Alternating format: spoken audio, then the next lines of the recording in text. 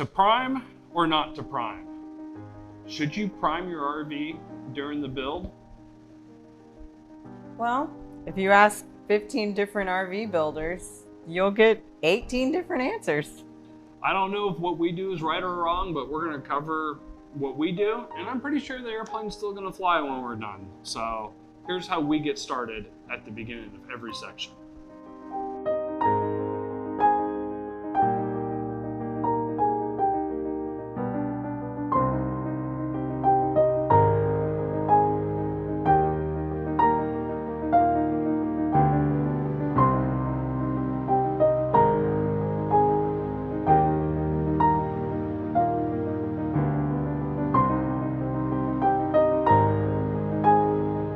So in this episode, we're going to cover what we do when we start every section of the build process.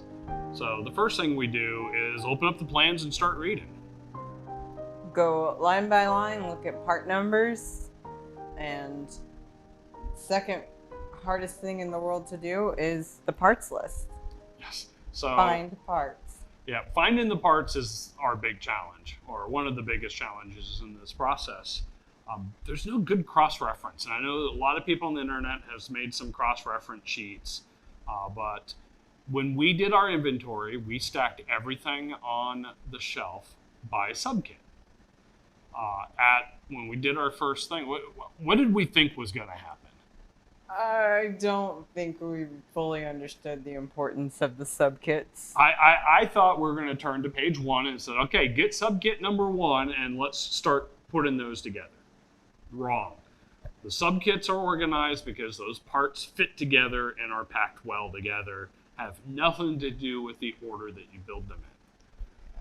So we flip through page 1 of the section and see the first part that we're going to need, and then we go to the inventory sheet to find out what subkit it's in. Then we go and try to remember where the heck did we put that subkit on the shelf. And then dig through the pile of pieces in that subkit and hope and pray that it's in there. Yep. So once we pull the part, we then begin prepping it. So we end up with a pile of parts with the blue covering on each part on our workbench. Once we feel we've either gotten all the parts for the section, or if it's a very long section, we'll break it up into phases. Pages, like do the first third or so. Because we are priming all of our parts, so we have to think ahead. So once we have that, we start ripping into the parts, and then we separate out the parts that need to be cut and separated from the parts that just need to be primed. We're labeling part numbers with the blue Sharpie on the piece. As soon as we take the protective coating off, the label usually comes off of it, so then we'll write the part number on it. Even if we think it's a very unique part that we won't possibly forget that part number or be able to not recognize it, it happens. So we write it on all.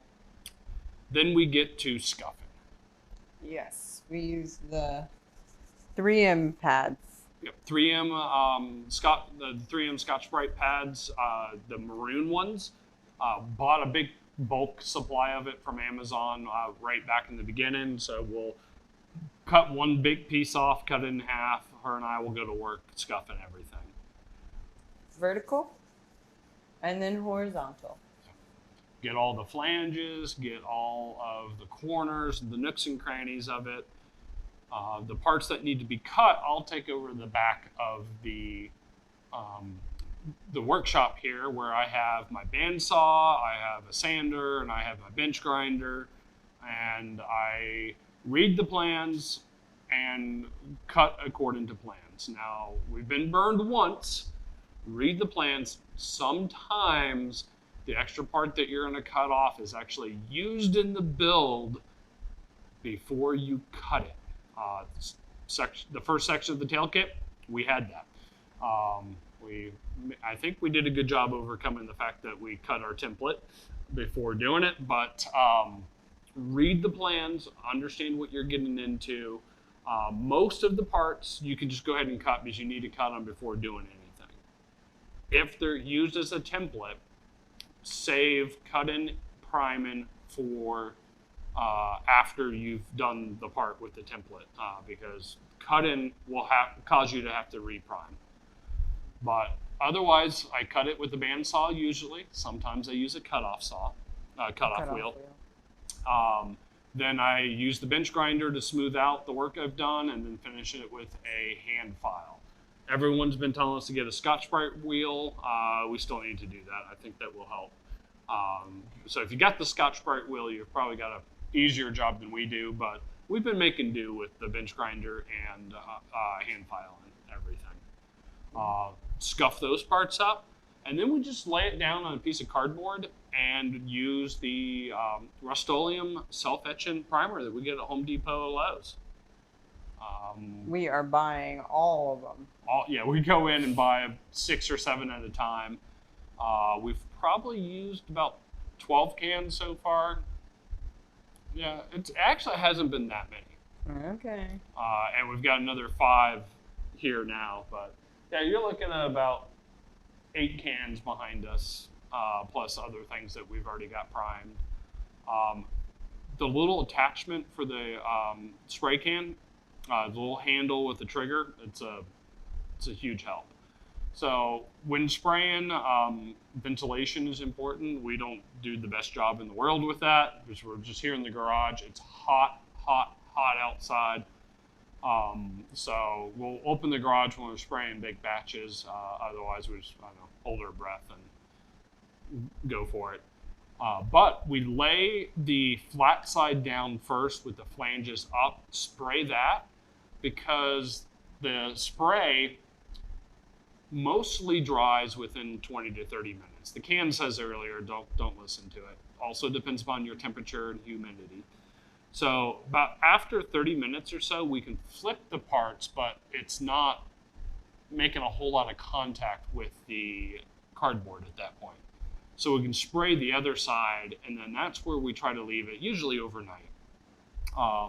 As soon as I feel comfortable, I move it up to a wire rack that it can dry from both sides. And then we go to work dimpling, match drilling, whatever we have to.